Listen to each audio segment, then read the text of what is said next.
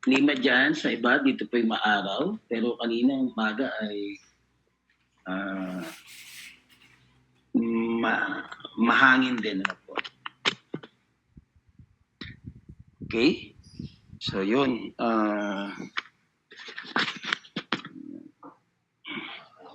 May audio po ako, may audio. Amen po, amen po, amen po. Loud and clear, Pastor. Thank you po. Yan. So, nasa Psalm 85 na po tayo.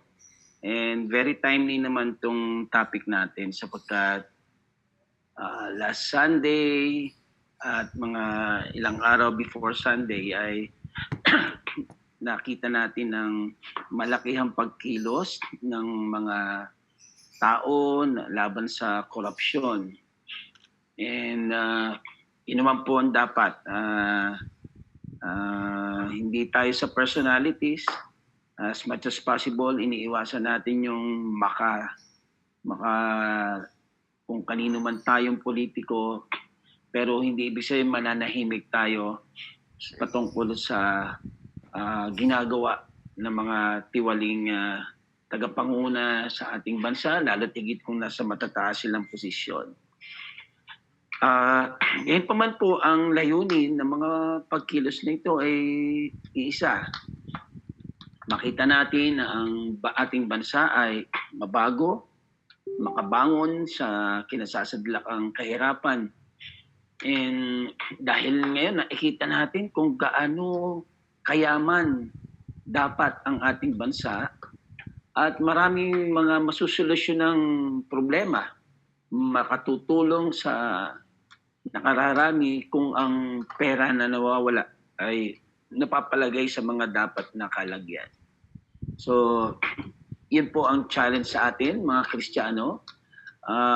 We may not be seen doon sa mga lugar na nagrarally sapagat mas alam natin na mas may makapangyarihan at yun po ay ang pangluhod natin sa ating Panginoon. But anyway, kung may ilan man po na nakarating doon, nakapunta doon, it's their conviction. Ang mahalaga, sabi ko nga po, we target the issue, not the hindi para tayo ay maging bias sa isang tao. Kasi po nakita na natin sa maraming pagkakataon sa ating bansa, ang babait, malilinis, hindi daw magnanakaw sa kabanang bansa. Pero pagka na-luklok na, pag naiboto na, how many times din na ang mga taong ito na inaakala natin na magiging maayos ay hindi rin ganon. So, kaya po, we will train our eyes, our resources and energy doon sa mas epektibong paraan, and that is to continue praying to see the transformation of our nation. Kaya po sa umagang ito ay atin pong titingnan kung ano ang layunin ng Panginoon sa ating bansa at papaano natin atin pong makukuha yan, ang pagbangon muli ng ating bansa. Po? Of course, yung Psalm 85 ay tumutukoy sa bansang Israel sa kanyang revival o kanyang transformation. May nakikita po kayong screen ng lesson natin? Meron po. Okay, ililipat ko po ng isa. Ayan. So, lumilipat po. Yes po. Yes po. Okay, thank you po. So, Psalm 85, tamang-tama, ano po? And makikita natin dito, ang pinakatema natin ay pagbangong muli ng bansa. Ang daming beses ang ating bansa ay nadarapa, nasasadlak sa mga bagay na hindi maganda. And nawa po ay makita natin bilang mga mananampalataya at sa pag-uusap natin sa mga kaganapan ay maibahagi natin na ito yung susi, no? May iba't ibang kaparaanan, merong nag-aasik ng galit, merong nag-aasik ng kaguluhan, merong nagwawasak lang, ano po. Pero tayo mga Kristiyano bilang mga asin at ilaw na sanlibutan ay alam natin ang mas maganda at tamang paraan kung paano natin makikitang ang ating bansang Pilipinas ay bumangon. Psalm 85, kung makikita po natin na binasa naman po kanina, may binabanggit po ang salmista o yung gumawa ng awitin nito. Again, ito yung mga anak ni Korah na inassign ni David at Solomon later on para po umawit doon sa templo. Ano po? Makikita natin sa talatang 1 hanggang 3 na nagpakita o ang dapat nating unang gawin, magbalik tanaw sa kahabagan ng Diyos ng nagdaan. May mga bagay bang ididirekto na po sa ating bansang Pilipinas? Alam ang konteksto nito, alam natin, bansang Israel. Pero yung mga prinsipyo na to ay totoo para sa lahat ng bansa at maging sa ating bansang Pilipinas. May mga bagay bang makikita tayo nung nagdaan na nakita natin yung kahabagan ng Diyos? Yes, kaya nga may EDSA 1, sa 2, nakabangon tayo kahit sa kabila ng maraming mga delubyo, pagputok ng bulkan, mga malalakas na bagyo tulad ng Yolanda, meron tayong babalikan. As a nation, marami tayong babalikan na tayo ay kinahabagan ng Panginoon. At yan po ang unang-unang dapat natin gawin. If we want to see the transformation, the revival, o yung pagbangong muli ng ating bansang minamahal, tingnan po natin yung nakaraan natin. At makikita natin doon na ang Diyos ay nagpakita ng pabor. Sabi doon sa verse 1, ikaw po, O Yahweh, naging mapagbigay sa iyong lupain. Amen? Hindi naman siguro tayo pa, sabi nga, parang kahapon lang pinanganak, kundi maraming mga panahon na nakita natin yung pabor ng Diyos ay pinagkaloob sa atin. At siya'y naging mapagbigay na dito lang, in particular sa aming bayan noon, yung nagkaroon ng mga kulisap sa talagang pagdinaanan yung mga yung pong mga coconut trees ay talagang ubos ang dahon at nangamamatay. Pero yung pabor ng Diyos naroon, nagkaroon ng malakas na bagyo bigla after several attempts ng mga chemicals, mga iba't ibang kaparaanan. Naturally, God sent yung storm, yung typhoon, and then wala pa yung mga kulisap. So, lalo na po sa nation natin, ano po, na there are things na nagpapakita ng pabor. Kaya, mga kapatid, when we are praying for something, lalo ngayon sa ating bansa, huwag nating kalilimutan yung nakaraan ng ating bansa na ang Diyos ay nagpakita ng maraming pabor. Pinasagana at muling pinaunlad ang bansang Israel. So, sabi ko nga po, the principle na ito ay applicable sa ating bansa. Nakita na natin that once this nation is so great, number 1, number 2 sa Southeast Asia, and ranking so high din when it comes to prosperity sa buong Asia. Pero ngayon po, lugmo. Mataas lang tayo ng 1 point sa Nepal na nagkagulo recently sabay ng Indonesia at iba pang lugar sa Southeast Asia. Ano po?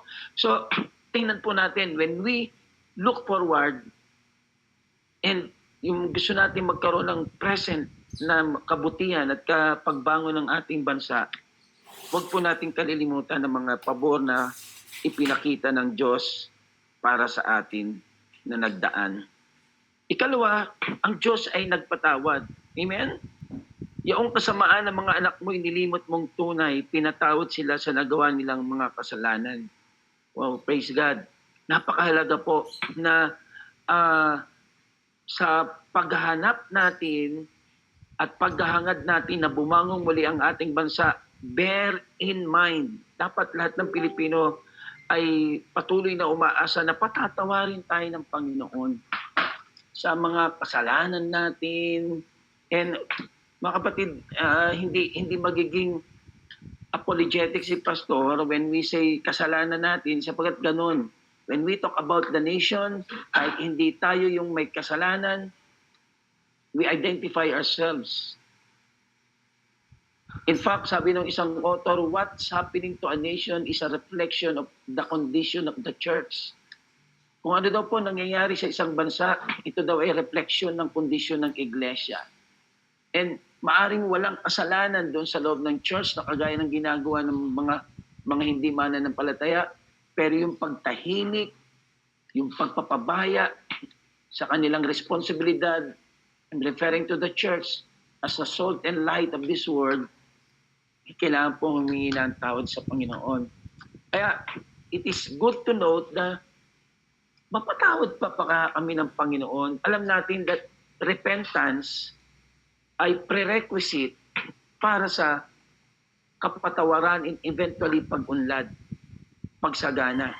Kaya huwag natin kalilimutan na ang Diyos ay nagpakita ng pabor, na ang Diyos ay nagpapatawad. Amen? Siya patuloy na nagpapatawad sa ating mga kasalanan. Gayun din, maganda rin maintindihan natin na sa paghangad natin na bumangon muli ang ating bansa, ay maalala natin ang nakaraan na isinantabi ng Diyos ang kanyang galit. How many times that we have been spared sa mas malalakas pang mga bagyo. Nakita natin ang judgment kung gaano kabilis sa Colombia. Ang judgment kung gaano kabilis doon sa Hollywood. Amen? And if not for God na kanyang itisinantabi yung kanyang galit sa atin, how many times na dapat pinuksa na tayo ng Panginoon kung hindi man buong bansa ay bahagi ng mga bansa na nakita natin na gumagawa ng hindi tama at hindi kalugod-lugod sa Diyos. So, when we look at the past, mahalaga po makita natin yung pabor ng Diyos, makita natin yung kanyang pagpapatawad, at makita natin na kayang isantabi ng Diyos ang kanyang galit. Galit na ang Diyos, not only to the nation Philippines, but to all the nations na hindi pinapakinggan ng kanyang mga salita. Kaya sabi doon sa verse 3, ang taglay mong puot sa ginawa nila, iyo nang inalis. Tinalikdan mo na at iyong nilimot ang matinding galit. Kitang-kita natin to sa bansang Israel. Kapag gusto ng Diyos na puksain ang isang bansa, kayang-kaya niyang gawin yon.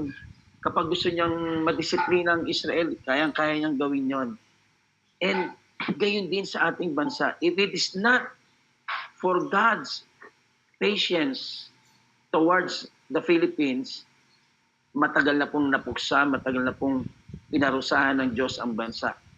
Pero sa pananalangin natin ngayon na makabangon muli ang ating bansa, again, it's good to note na isinasantabi ng Diyos ang kanyang galit.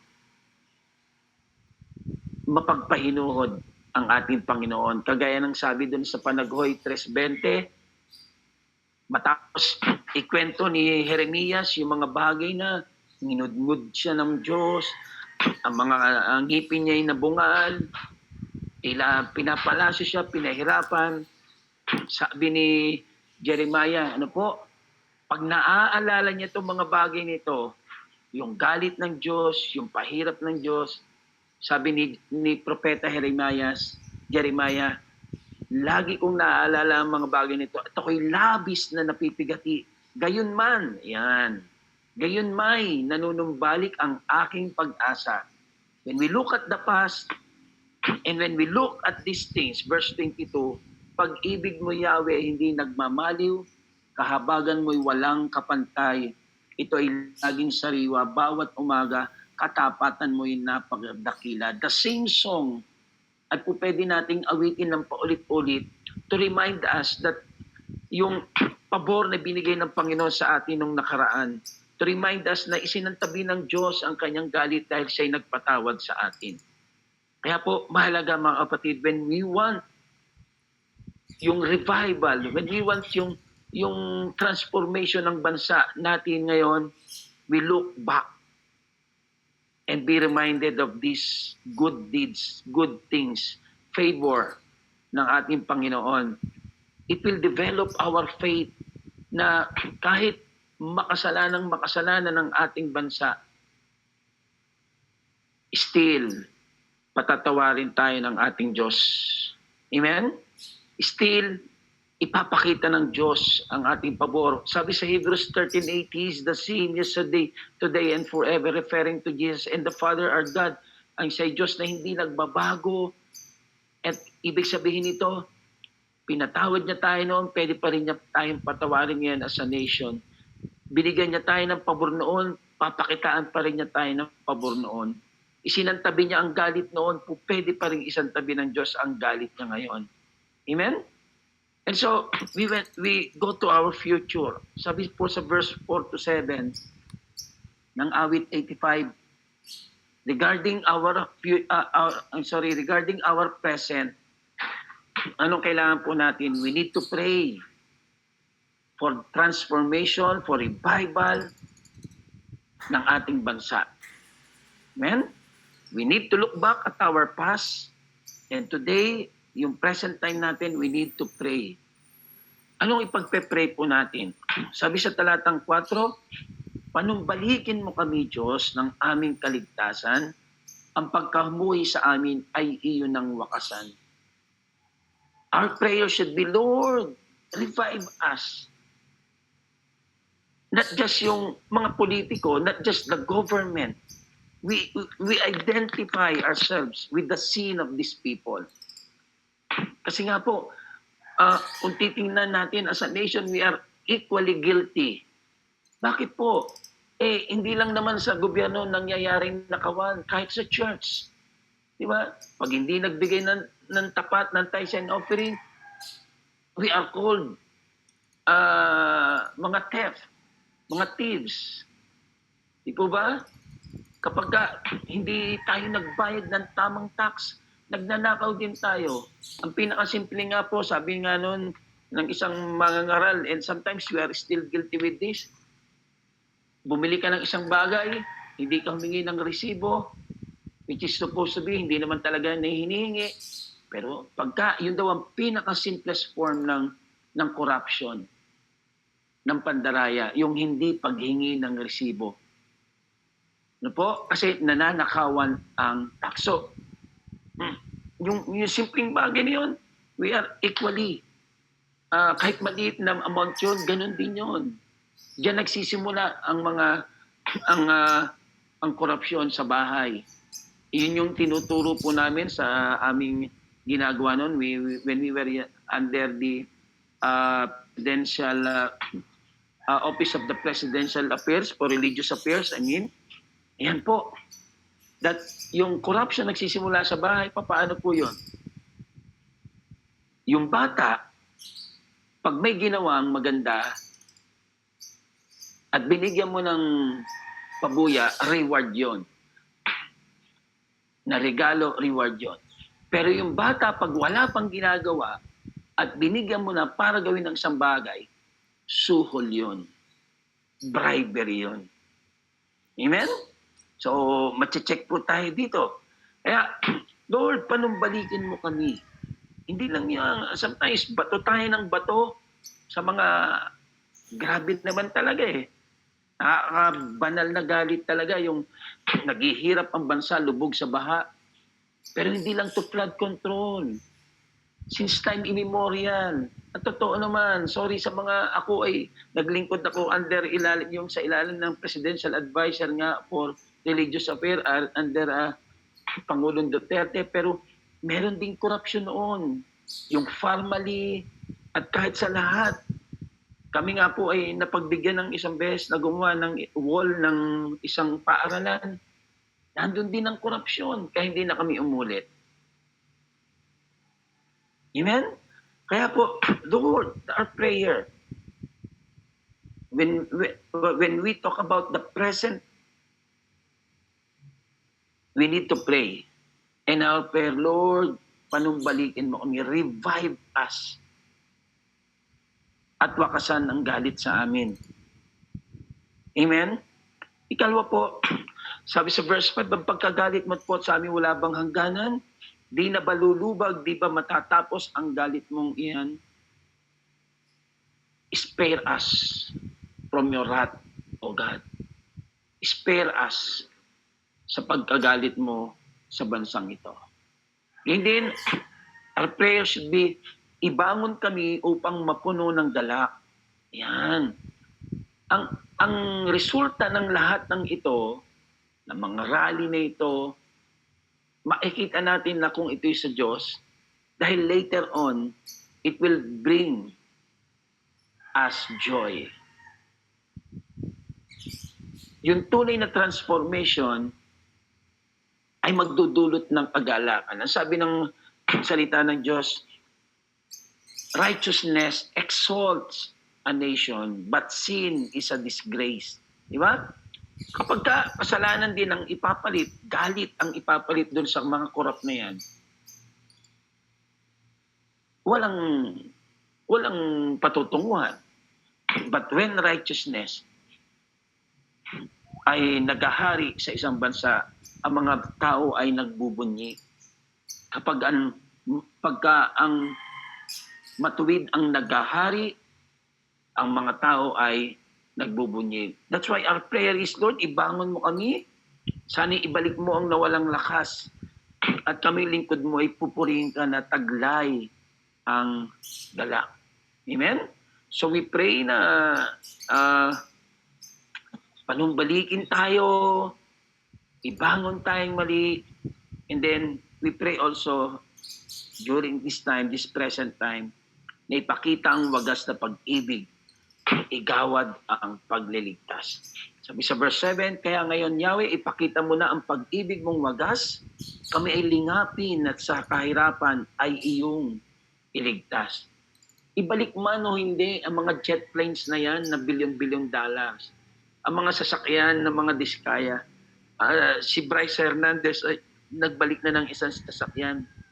Hindi yun ang source ng ating susi ng pag-ahon sa kahirapan. Ano daw po ang susi sa pag-ahon sa kahirapan? Ang pag-ibig ng Diyos na wagas at ang pagkalinga. Ito mag-aalis sa atin sa kahirapan.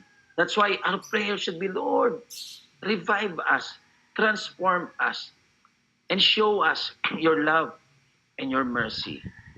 Ang pag-ibig mong wagas. Kaya nga sabi dun sa 2 Chronicles 7:14, kahit mga unbelievers binabanggit ito, pero ito'y dapat na ang panalangin natin that kung ang bayang ito na nagtataglay ng aking karangalan ay magpapakumbaba, mananalangin, hanapin ako at talikuran ng kanilang kasamaan, papakinggan ko sila mula sa langit, patatawarin ko sila sa kanilang mga kasalanan at muli kong pasasaganahin ang kanilang lupain.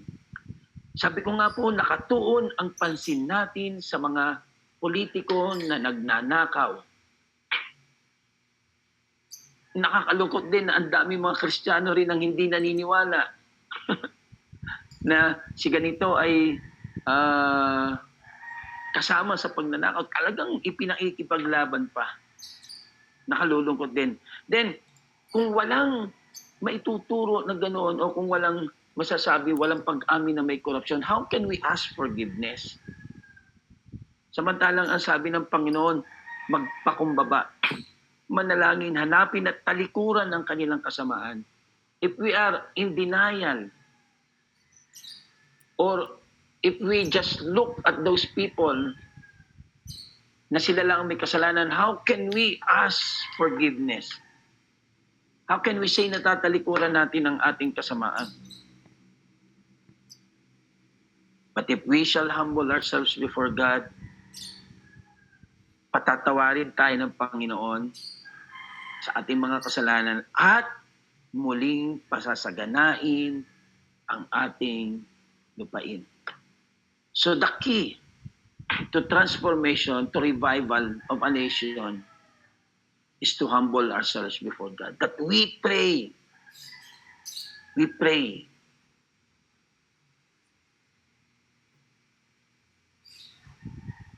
Ngayon, ano naman po ang makikita natin sa hinaharap? Ano naman ang gagawin natin for the future? When it regards to the past of the nation, tingnan natin ang pabor, tingnan natin ang kabutihan ng Diyos. And when we talk about the present time of a nation, we need to pray. And for the future of our nation, kinakailangan tayo magkaroon ng commitment, pagtatalaga, recommitment sa Diyos in the future. At ano po yung i-commit natin sa Diyos? Dapat makita to ng Diyos. Remember that God sees the heart of the nation as He sees the heart of every believer. So, una, magtalaga. We need to commit ourselves na makikinig sa Diyos. Hindi nakikinig ang mga Pilipino eh. Kung nakikinig lang ang mga Pilipino, walang 13 milyon o higit pa na nagsisisi ngayon kung ba't nila ibinoto.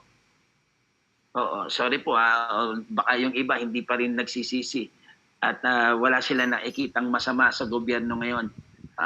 Ipagpaumanin niyo po na nadadaanan natin ang mga bagay nito because this is a matter of national concern and dapat nakikinig tayo. Hindi sa Duterte, hindi sa Marcos, hindi sa kung kani-kanino, nakikinig tayo dapat sa salita ng Panginoon. Kaya ganito ang Pilipinas, we are so partisan. Ano yung partisan? Talagang yung dito kami, solid north kami, solid south kami lahat mga ganito. Ang hilig natin sa ganun. But we must look at the leaders na who will be the leader of all nation. Hindi yung regionalistic na leader. Ano po? Kaya po, we promise, let's commit. As a nation, we commit na maikinig. Lord, maikinig na kami sa iyo. Sinasabi na ng Diyos ang formula para ang bansang Pilipinas ay ma-revive, para ang bansang Pilipinas ay ma-transform. Pero kahit mga Kristiyano divided, tuwing may eleksyon, nakikita ang division ng Iglesia ng Diyos. Amen? And we are guilty. Kitang-kita. And magugulat ka na lang. Talagang kahit mga believers minsan bulag. Kaya anong dapat na maging commitment natin?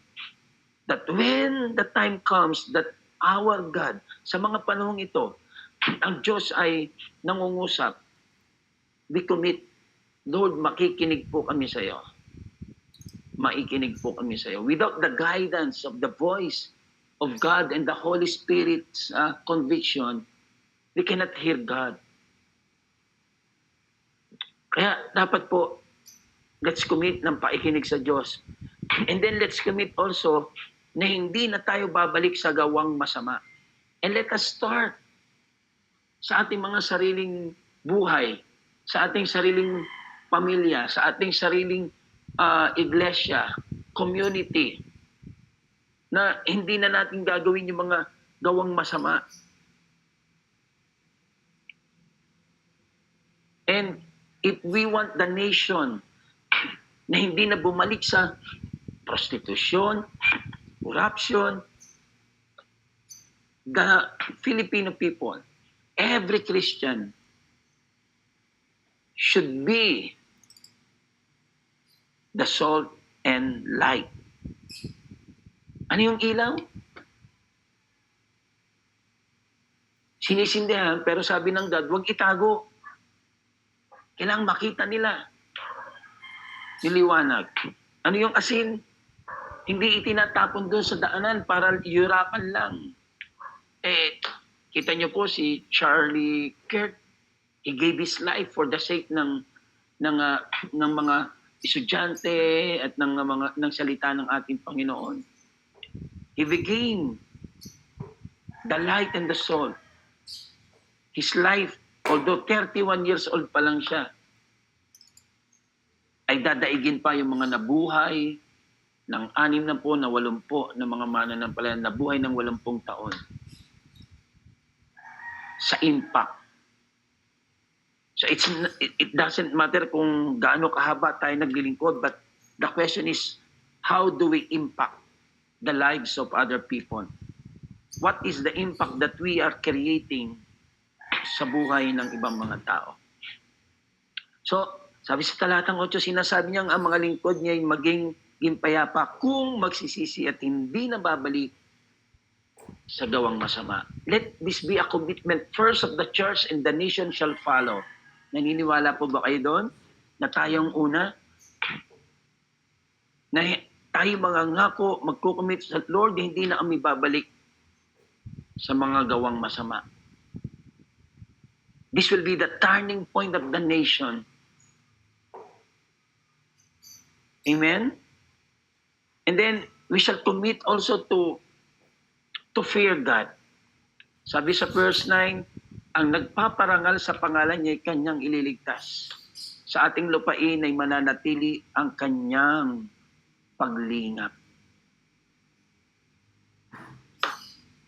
We need to honor. To fear God is to honor God. Ang nagpaparangal sa pangalan niya ay kanyang ililigtas.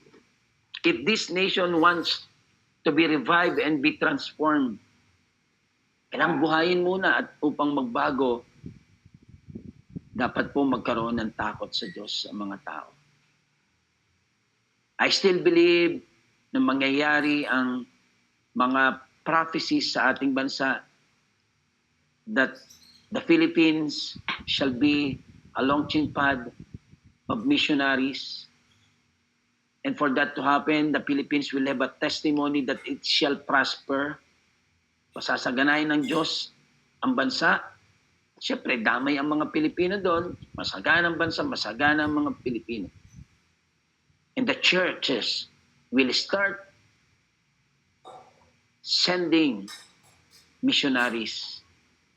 Hindi lang sa iba't ibang tribo ng Pilipinas, kundi sa iba't ibang panig ng mundo.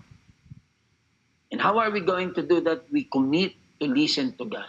We commit na hindi na babalik sa mga maling gawain. We commit that we will fear to honor our God. Amen? Sabi sa Jeremiah 29:12, kung nagamaganap na ito, kayo'y tatawag, lalapit at dadalangin sa akin, at diringgin ko naman kayo. Kapag hinanap ninyo ako, ako'y inyong matatagpuan. Kung buong puso niyo akong hahanapin, oo, ako'y matatagpuan ninyo, sabi ni Yahweh, at ibabalik ko ang inyong mga kayamanan. Praise God. Sabi ni Presidente, yung 89 billion na galing sa PhilHealth, ibabalik na. Pero magkano ibabalik? Kulang na ng 20 billion. Tuntua yung mga tao, magbabalik na 60 billion. Eh nasan yung 60 or 69, something like that. Pero nasan yung 20 billion? Diba? Napaka-forgiving natin mga Pilipino eh. Si Bryce Hernandez, nagbalik ng isang sasakyan, pero nasan pa yung iba? Pero pag ang Diyos ang nangako, sabi niya, at ibabalik ko ang inyong mga kayamanan. That's why we may not be able to be seen, to attend the rallies, dyan sa mga kalsada.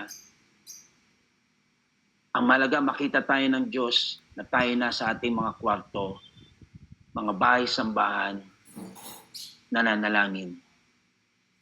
Committing that we will not sin anymore, we will not go back to those sins, committing that we will listen to God, committing ourselves na tayo ay magkakaroon ng takot sa Diyos, and that we will honor our God. Amen? So, ano naman yung larawan? We have seen the past. Balikan natin yung nakaraan, manalangin sa kasalukuyan, and mag-commit in the future And we will see kung ano ang itsura ng isang Pilipinas na transformed at binago ng Panginoon. Una, sabi sa talatang Gis, ang katapatan at pag-ibig ay magdadaog palad. Ang kapayapaan at ang katwiran ay magsasamang ganap. Wow! These are 4 virtues of the life of God. Righteousness, love, peace, and justice. Di ba? Kung merong pag-ibig, kung merong katapatan, kung merong katwiran, anong magiging bunga nito? Isang bansang mapayapa. You just picture and let us be excited. Na-excite po tayo sa katotohanan ito. That when we do these things, we will see Philippines as a peaceful nation. Amen? And then, hindi lang yun. It will be a nation where justice prevails. Yan ang kulang na kulang ngayon eh. Di po ba? Walang katarungan, walang justice. Nagnakaw ng mangga yung matanda, kulong agad. Nagnakaw ng goods, nakakuha ng goods, kulong agad. Pero ito mga to, nagnakaw ng, sabi ko nga sa church last time, wow, parang ang liit-liit na ngayon ng milyon kasi ang pinag-uusapan araw-araw, bilyones, trilyones. Di ba? But when God caused the transformation of the nation, verse 11 says, sa balat ng lupa'y sadyang maghahari itong katapatan. Mula sa taas, maghahari naman itong katarungan. Justice will be served. Kaya pumahusay yung isang judge ay, at bago siya magbigay ng verdict ay, gusto niyang makita lahat. Pero marami pa rin maitatago. Gaano man kamakatuwid ng isang hukom dito sa lupa, marami pa rin mga bagay na itatago sa kanya. But our God sees everything. Our God knows everything. And that's why He can dispense yung true justice. Walang matatago sa Panginoon, kaya siya may karapatang humatol ng isang matuwid na paghatol. And how will you see this sa ating bansa? Diba? Nakatuwang isipin, and maybe some of us are imagining it na, mapayapa, makatarungan ng aming bansa. Ito yung mga hinihingi natin.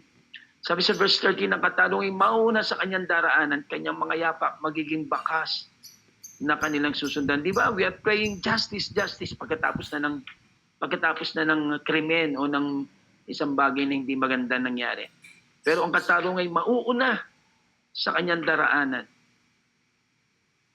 Wow. What a nation. Pag ganun ang Pilipinas. And this should inspire us more na manalangin, mag-commit, at palalakasin ang loob natin na mangyayari ito. Why? Because ginawa na ito ng Panginoon sa atin in the past as a nation. Isang bansa, kung merong justice, kung merong peace, kasunod na nun, prosperity. Sabi sa verse 12, gagawing maunlad ng Diyos na si Yahweh itong ating buhay. Ang mga halaman sa ating lupa ay bubungang mainam. Akalain niyo yun? Ano bang hindi niyo napansin yun? Yung katuwiran, yung justice, ay may direct na connection sa pagbunga ng mga pananim. Di po ba? Kaya nga, napakahalaga po nun na magtalaga tayo. We commit once again to pray for this nation. We commit to change our ways. Masyadong napapatuon dahil malalaki ang mga kasalanan, mga ninakaw sa kabangbayan. Pero again and again, sometimes the church is still guilty, is as guilty as these thieves. Sabi sa awit 33:1, lahat ng matuwid dapat na magsaya dahil sa ginawa ng Diyos sa kanila kayong masunurin, magpuri sa Kanya. Yung matuwid, yung masunurin, ang Diyos na si Yahweh ay pasalamatan, tugtugin ng alpat awit ay saliwan. Isang bagong awit, awiting malakas, kasaliw ang tugtog ng alpang marilag. Si Yahweh tapat sa Kanyang salita at maasahan sa Kanyang ginawa, ang Kanyang ginawa. Ang nais niya ay katwir at katarungan, ang pag-ibig niya sa mundo'y laganap. Hallelujah. Mga kapatid, I believe it is the desire of every Filipino, as much as every Christian, every believer in this country, na makita natin ang pagbabago ng bansang ito. And this is the formula. Ito ang ipinapakita sa atin ng Panginoon na dapat nating gawin. Continue to pray, warriors. Continue to speak up against injustices, not on personalities but on issues. And then balikan niyo po ang mga bagay na dapat nating i-commit. Palakasin tayo ng nakaraan na ang Diyos ay naging mahabagin sa atin, nagpakita ng pabor. Kahit marami mga chances na tayong pinalampas, EDSA 1, EDSA 2.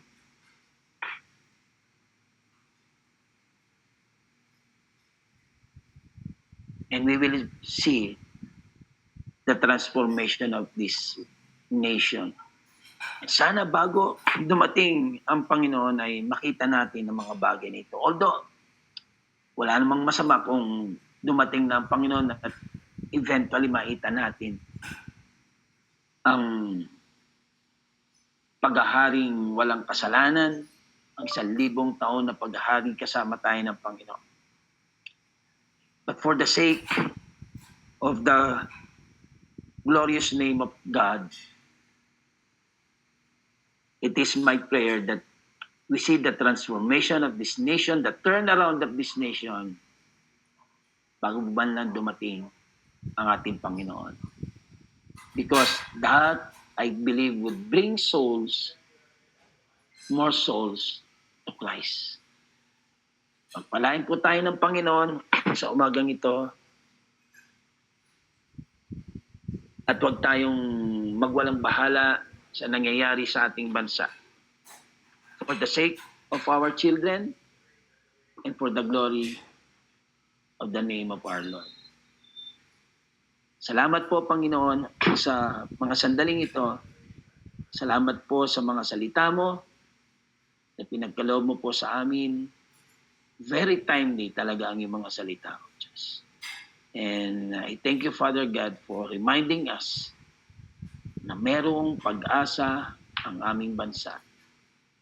There can be revival and transformation for this nation. Thank you, Father God, in Jesus' name. Amen.